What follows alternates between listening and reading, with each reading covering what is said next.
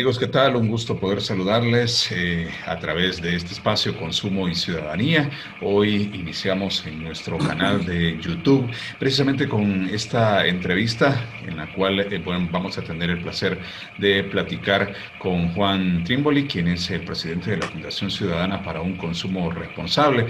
En breves minutos estaremos hablando acerca de los objetivos de la Fundación, el tiempo en el cual fue creada y cómo han venido trabajando en los últimos meses. Buenas tardes, buenos días, buenas noches, dependiendo de a qué hora usted nos está sintonizando. Pero bueno, buenas tardes para Juan, que allá en Chile, pues sí, es de tarde. Un gusto poder verte, un gusto poder saludarte, Juan. Para mí también, Amílcar, muchas gracias. Un saludo a todos y a todas quienes escuchen esta transmisión. Bueno, iniciemos conociendo un poco acerca del trabajo de la Fundación, pero antes también cómo nace la Fundación, para qué se crea la Fundación, cuáles son los objetivos principales y los ejes de trabajo que tienen ustedes y quiénes participan dentro de ella, Juan. Bueno, la fundación se creó hace aproximadamente 2 años y medio en Chile, pero desde un comienzo hemos considerado que nuestro ámbito natural de actuación tenía que abarcar la región latinoamericana y caribeña. Por esa razón, hoy contamos con un amplio equipo de asesores provenientes de Argentina, de Brasil, de Chile, de Cuba, de El Salvador, de Panamá y de Uruguay. Y también tenemos, y lo quiero destacar, el honor de contar con la asesoría de un amigo, una persona que ha trabajado muchos años y tiene una gran experiencia en temas de protección de los consumidores, que es Paco Sánchez, presidente actualmente de la Fundación Facua de España, institución con la cual nuestra fundación tiene un amplio programa de colaboración. Los ejes centrales que hemos definido de nuestro trabajo son, bueno, en primer lugar, la realización de estudios sobre temas relevantes, temas también innovadores, relacionados con el consumo y con el pleno ejercicio de la ciudadanía. A través de estos estudios, de las investigaciones, queremos impulsar y apoyar o reforzar, según sea el caso, iniciativas que tengan incidencia en las políticas públicas. También queremos contribuir a un buen intercambio de conocimientos y de prácticas entre las organizaciones de consumidores y otras organizaciones de la sociedad civil que estén trabajando en temas relacionados con el consumo. Y finalmente, en el marco general de nuestro trabajo, nos parece importante estimular siempre la cooperación, los diálogos, las conversaciones entre las organizaciones de consumidores, las organizaciones sociales, las entidades públicas y el mundo empresarial, porque son los actores más relevantes en las relaciones de consumo. Teniendo estos ejes de trabajo, en el tiempo que llevamos como fundación hemos generado un observatorio de los reclamos que presentan los consumidores y las consumidoras en 10 países de América Latina y del Caribe. De este observatorio hemos hecho ya 2 estudios y en el segundo hemos incluido información acerca de cómo los organismos públicos resuelven, procesan y resuelven los reclamos y las denuncias presentadas por los consumidores y por las consumidoras. También hemos realizado una investigación, en este caso en 8 países de la región, para identificar y para evaluar las medidas implementadas por los gobiernos destinadas a la protección de los consumidores ante los efectos sociales y económicos producidos por la pandemia. En este estudio, en esta investigación, nos hemos concentrado en las medidas que los gobiernos han destinado o tienen para controlar o regular los precios de los productos o los servicios esenciales, en aquellas medidas destinadas a proteger el acceso y la continuidad de los servicios públicos domiciliarios, y también en las medidas destinadas a proteger a los usuarios de los servicios financieros. Los documentos, tanto los documentos del observatorio como los documentos de la investigación, se encuentran en el blog Consumo y Ciudadanía.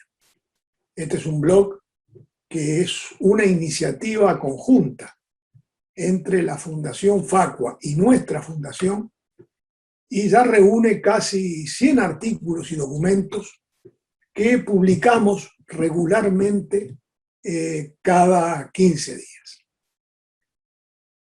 Durante este año, Amílcar, tenemos pensado realizar un nuevo estudio, esta vez sobre los servicios de utilidad pública, un tema muy relevante para la ciudadanía en general, y nos interesa ver los efectos, principalmente los efectos que han tenido las privatizaciones y las regulaciones sobre la eficiencia de estos servicios y sus costos para los consumidores.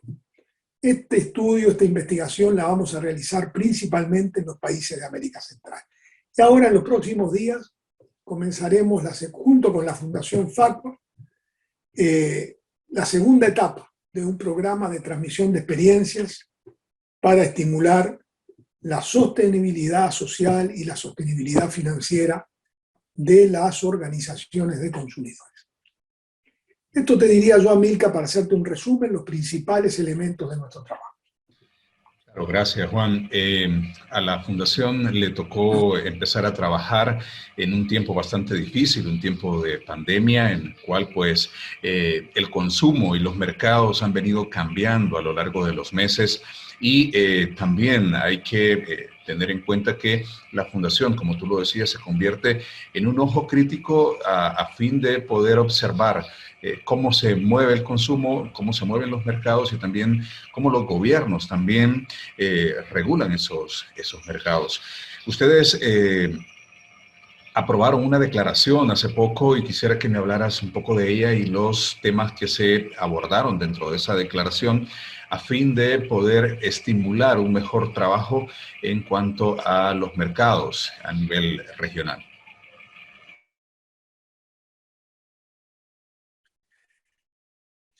Y como tú lo has, gran parte de nuestra existencia como fundación se ha dado bajo la pandemia, la cual está teniendo consecuencias sanitarias y económicas muy profundas.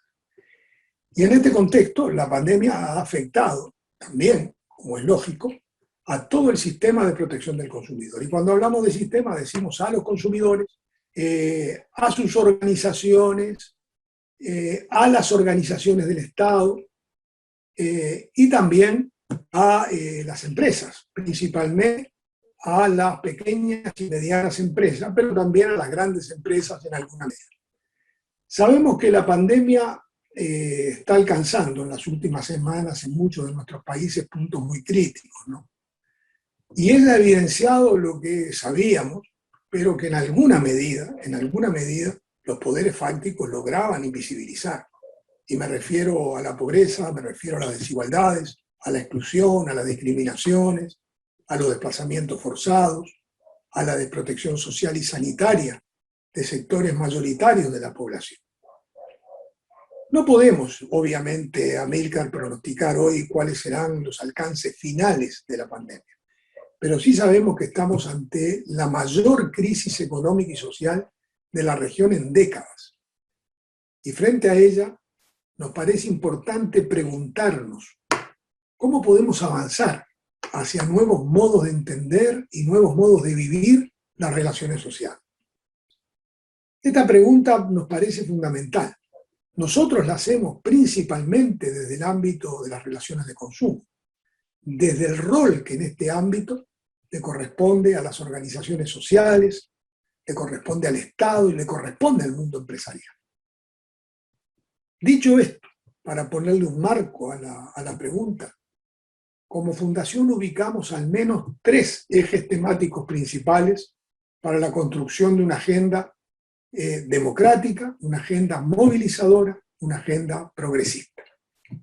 En primer lugar, pensamos que es necesario lograr que se garanticen derechos fundamentales para la vida desde un Estado social, solidario y democrático. Un Estado que en definitiva asegure sistemas de protección social, seguridad alimentaria, empleos decentes, acceso universal a las tecnologías de la comunicación y también acceso a otros bienes culturales claves para el desarrollo humano. En segundo lugar, pensamos que se hace necesario fortalecer las capacidades de las comunidades para que participen de los gobiernos locales en la definición de planes comunales de desarrollo humano. En este aspecto, subrayamos la importancia de la educación, del trabajo con aquellas comunidades que se plantean proyectos alternativos de consumo, proyectos vinculados a la protección del medio ambiente, de los ecosistemas, al desarrollo de economías circulares, a la seguridad y a la soberanía alimentaria. Y en tercer lugar, y pensamos que en acuerdo con movimientos globales que están activando cambios sustantivos, nos planteamos temas estratégicos, entre los cuales te puedo mencionar, por ejemplo, asegurar el acceso a bienes fundamentales para preservar la vida humana, el agua, la salud, los medicamentos, los servicios públicos domiciliarios. Avanzar hacia un nuevo trato con la naturaleza, fundamental, asumiendo, por ejemplo, nuevas formas de consumo sustentable. Queremos insistir en una renta básica universal como una herramienta principal para alcanzar un bienestar extendido. Pensamos que hay que asegurar políticas de justicia energética y de justicia hídrica. Queremos también integrar el pensamiento y lo que hemos llamado la vitalidad de los movimientos por la igualdad de género, y así enfrentar las discriminaciones y poder afianzar la diversidad en democracia. Queremos también promover, junto a otras instituciones, el acceso a tecnologías comunicacionales libres para la democratización del conocimiento. Y finalmente, aunque quizás no agotemos todo lo que hemos estado discutiendo, conversando en la Fundación y con otras organizaciones, queremos seguir impulsando la educación de las personas consumidoras como ciudadanos capaces de asumir comportamientos ambiental y socialmente responsables. En resumen, te diría que la pandemia nos está obligando a todos, y nosotros queremos asumirlo, nos está obligando a repensar nuestras prioridades. Y esas prioridades las tenemos que insertar en el escenario de una nueva economía. Una economía solidaria que estimule, por ejemplo, la producción de alimentos saludables, el desarrollo de energías renovables, de bienes de larga duración y de bajo consumo de energía, y que al mismo tiempo se vayan paulatinamente eliminando los alimentos industriales no saludables, la producción con obsolescencia programada, el sobreendeudamiento y los servicios básicos que tienen rentabilidades monopólicas.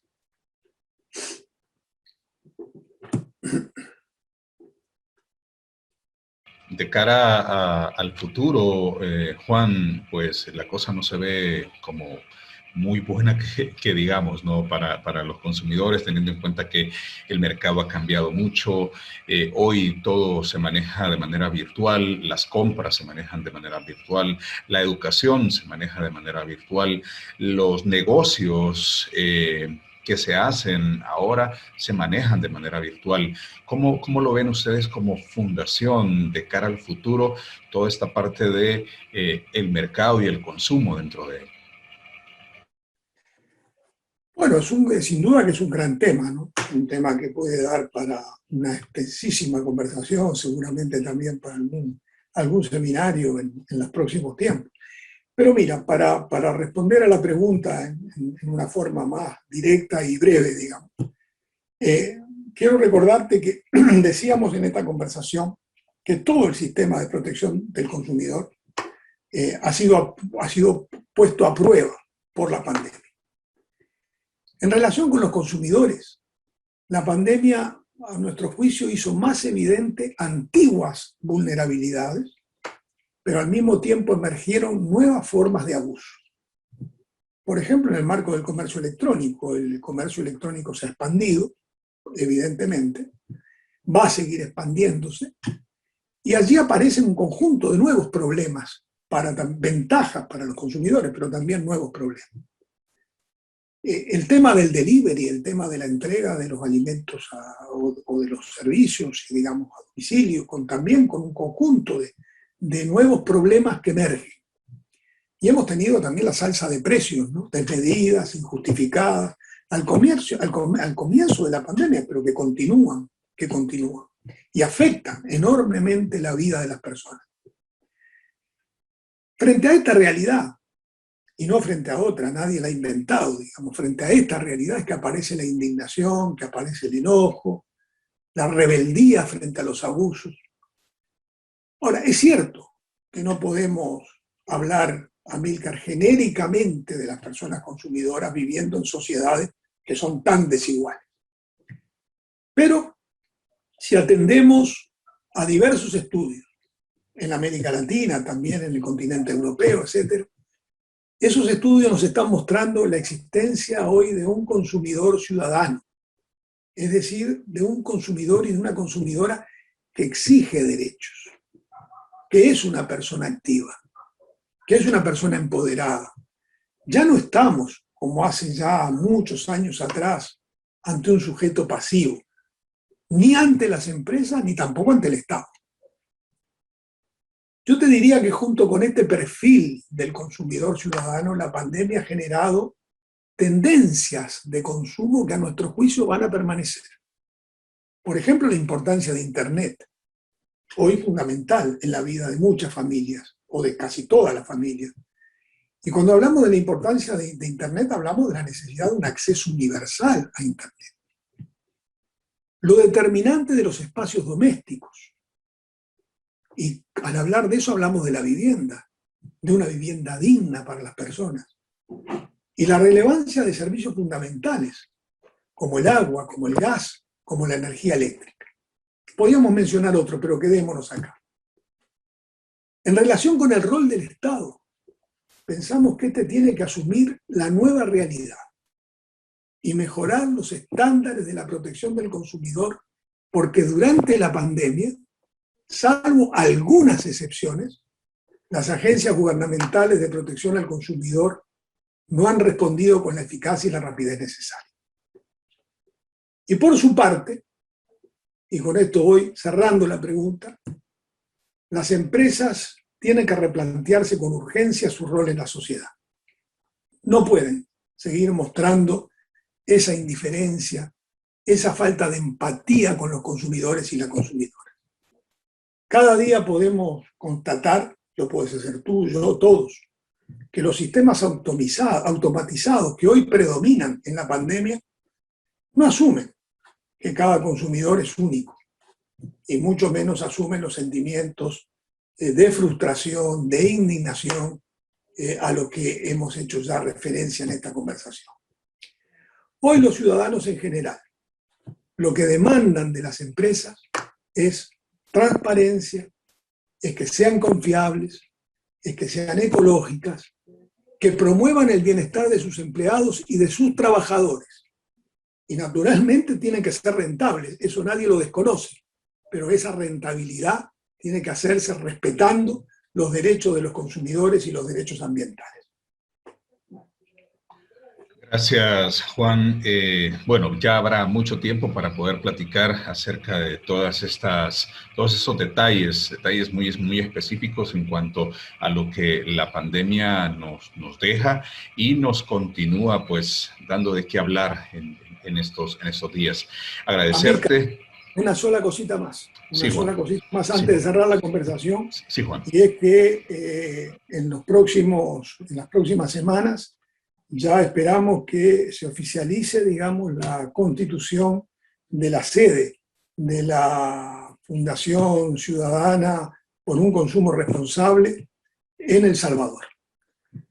Una oficina, una sede, digamos, que atenderá América Central y que nos da la satisfacción de ver cómo hemos podido ir, aún en condiciones de pandemia, haciendo avanzar esta fundación, que no es una organización de consumidores clásica ni pretende serlo, pero que pretende ser un elemento de colaboración. Creemos que en este momento hay dos elementos centrales: la colaboración, el trabajo conjunto y también el desarrollo de liderazgo que sean compartidos, de liderazgos colectivos, que permitan ir afirmando de mejor manera el trabajo no solo de nuestra fundación, sino el trabajo de todas las organizaciones sociales en América Latina y el Caribe.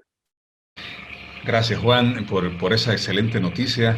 Vamos a estar pendientes en este año del lanzamiento de esa sede y, por supuesto, el trabajo que vayan a hacer a nivel de Centroamérica, una región, bueno, que necesita mucho de investigaciones que tengan que ver con el consumo y los mercados regionales que se dan en este país, en los diferentes países, por supuesto, de la zona centroamericana.